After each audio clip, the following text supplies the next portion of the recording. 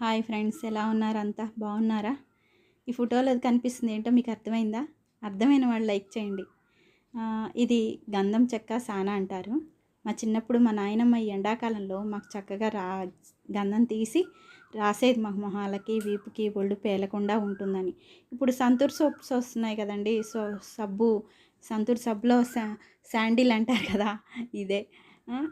ఇప్పుడు మనం సబ్బుతో వాడుతున్నాం. ఇప్పుడు గంధం తీసి రాసుకోవడానికి కూడా మనకి చాలా ఇబ్బందిగా ఉంటుంది, దొరకదు, అందరి ఇళ్లల్లో ఉండదు.